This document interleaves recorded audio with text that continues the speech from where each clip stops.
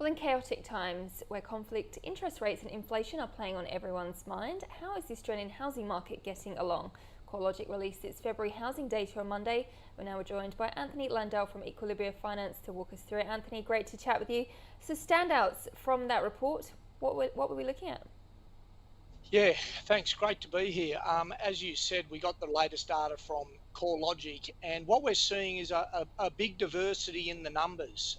Overall, we're seeing a slowdown of about 0.6% nationally, but we're still seeing increases, and that's the 17th consecutive month of price increases. However, we've got a lot of diversity in that. Sydney and Melbourne have definitely slowed. In fact, Sydney saw a decline in the index.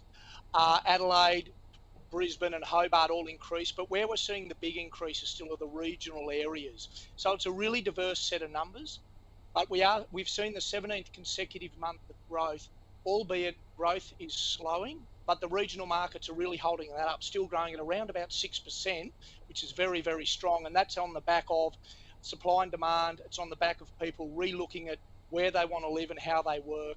And there's also more limited stock in some of those regions, and we're seeing a lot of buyers still flocking there. So what are the emerging trends that might impact your business from this data? I'm just thinking about the propensity of people to move at this time, the amount of stock that's on, prices being paid, rising interest rates. Yeah, I think the big emerging trend is buyers are back. Buyers have got some negotiating power at the table again. And probably the other big emerging trend is investors are back.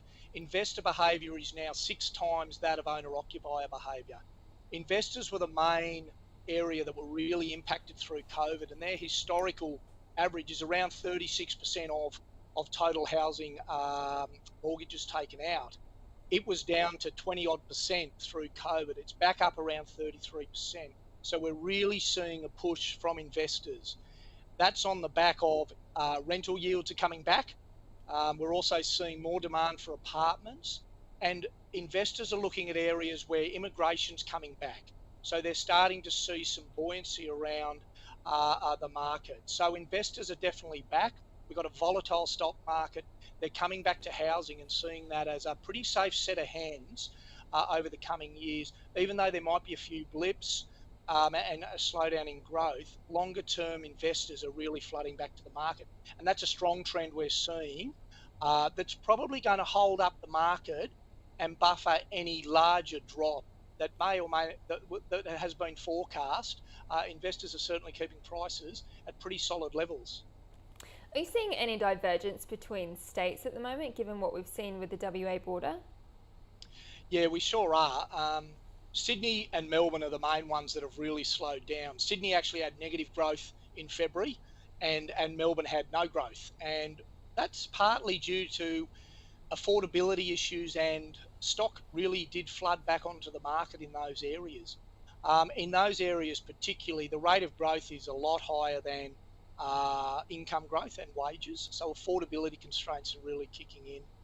And we're really seeing growth in Brisbane, Adelaide and Hobart, particularly areas that may have been a little bit buffered through COVID in terms of some of that real frenzy of activity, and areas that still have limited stock.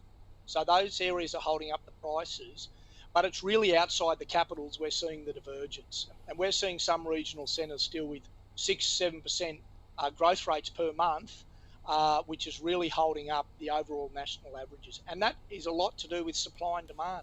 Stock levels are more limited, and people are looking to live in those areas and still looking to live in those areas as we come out of COVID. Hey, Anthony, why are you seeing clients refinance at this stage? I'm just still trying to get my head around the psyche of people out there when they know that interest rate rises are coming. We're already seeing fixed rate rises coming from the big banks, and we know that many Australians have done quite well, relatively speaking, through this pandemic. So why are people getting, redoing things, so to speak? Yeah, I think there's a couple of reasons, Nadine. I think one of them is fear of missing out a little bit, where people may have been sitting on their hands and are now going, hey, rates are on the move here. Let's lock something in. And there still are some good fixed rates to be had. Some of the some of the second tier providers still have good fixed rates, 2 and 3 years under 3%. And variable rates tend to track the market a lot more closely. So we're getting variable rates. You can still get a variable rate under 2%.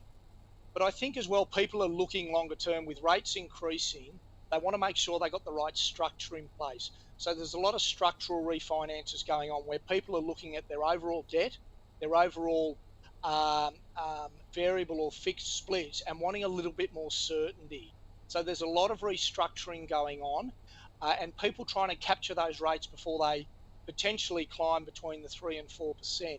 So there's a little bit of that sort of activity going on at the moment, as well as the restructuring. And there's still some good opportunities out there with the big four, I guess, charging ahead and increasing their rates. But a lot of those second tier providers still have some cheaper funding, and they're locking in some really good fixed terms for clients still. What other market noise is out there at the moment that might affect pricing over the next 12 months? Yeah, well, we all know there's a lot of noise at the moment, both within the Australian economy. Inflation is a big one, and the RBA again reiterated in its meeting this week that it's still working towards its wage targets. In fact, it shifted its language a little bit from the wage target to talking about the cost of labour, because they're wondering why we're not seeing that increase in the wages. So they're looking at incentives and bonuses, which are getting more common at the moment. So, but the inflationary pressures are still there internally. The RBA is holding strong with patience, and I think if we reflect on that, it's probably not a bad tactic right now with the uncertainty going on more internationally. Obviously, with Ukraine, we've got inflationary pressures with fuel, and inflationary pressures with a lot of uncertainty in Ukraine. A little bit offset in Australia, I guess, by the commodity prices helping keep us going. But I think the big thing at the moment is patience coming from the RBA, still wanting to hit their wage targets. In saying that, there is still a lot of talk of obviously rate rises within the next 12-month period. So I think there's a lot of uncertainty. The housing market is staying resilient though, and for long-term investors, for those people who are looking for the right opportunity, there's still a lot of opportunities out there, and we're seeing that 74% clearance rate on the weekend nationally is still good, strong figures in housing.